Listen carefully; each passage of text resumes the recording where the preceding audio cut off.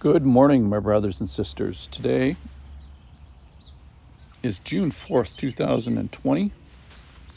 It's the 81st day of the quarantine. And in Matthew 10, verse 5, it says something very interesting. Jesus is sending out 12 apostles, including Judas, which is very curious, and gives them authority over unclean spirits, ability to cast them out, heal every disease and every affliction. As if that wasn't enough, heal the sick, raise the dead, cleanse the lepers, and cast out demons. But before they go and presumably do those things, the 12 Jesus sent out instructing them, and I quote, "Go nowhere among the Gentiles and enter no town of the Samaritans," who are sort of half Jew, half Gentile. Whatever you do, don't go to the Gentiles. Now, what makes this interesting, in my opinion, is that the whole Bible, starting from Abraham, I'm going to just go all the way back to Abraham, Genesis 22, verse 18. And he's talking to Abraham. "I will surely bless you. I will surely multiply your offspring as the stars of heaven and as the sand that is on the seashore. And your offspring shall possess the gate of his enemies. And in your offspring shall all the nations of the earth be blessed, because you have obeyed my voice." So through this one man and the faith of this one man, the blessing of a relationship with the Lord goes to the Jews and to non-Jews. So all throughout the Old Testament, there's a highlight that a Bible reader should be very, very aware of, and it's the terminology, the nations. So when the Bible refers to the nations, generally is referring to the non-Jews.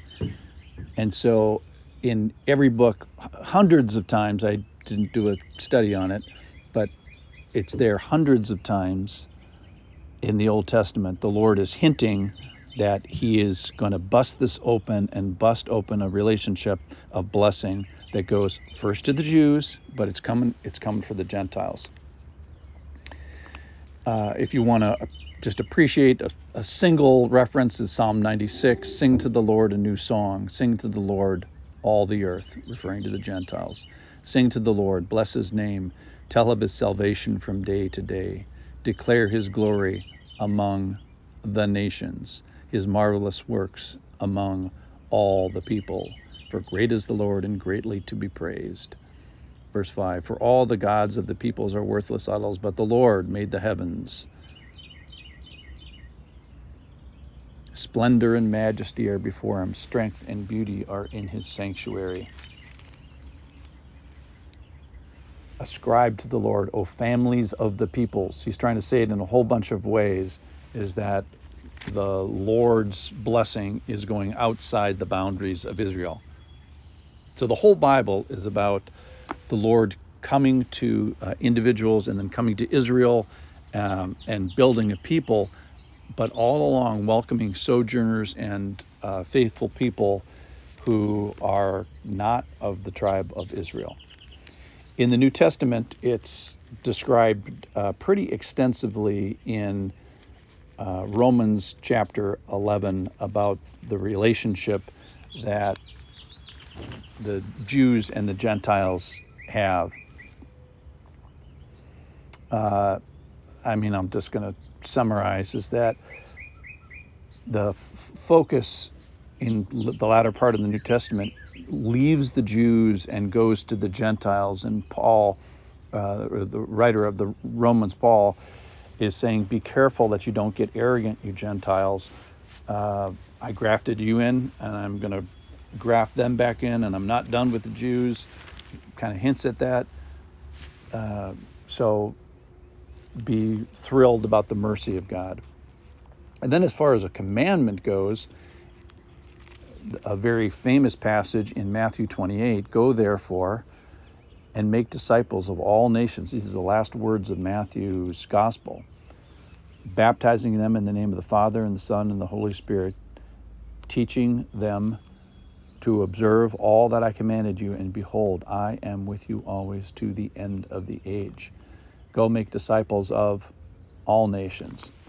So I think what's interesting about this particular passage in the gospel, earlier on in the gospel of Matthew in chapter 10, is he tells them that there is going to be a time, the rest of the Bible tells us there's going to be another time for the Jews, another time for the Gentiles, but this is a time for the Jews.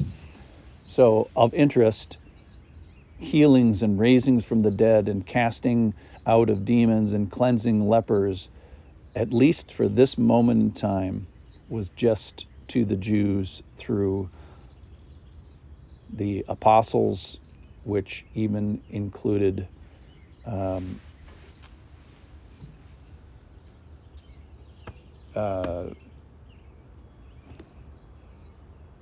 verse 4, Judas Iscariot, who betrayed him. So apparently even he got these powers, if you will, to go and witness to his brothers and sisters in the Jewish community. So all bets are off now. The doors are wide open. Whoever you encounter, if you need to go to the nations, or if you're like people in my town, the nations are right outside our door because they come to us because of our university. I bless you as you go to the nations, my brothers and sisters.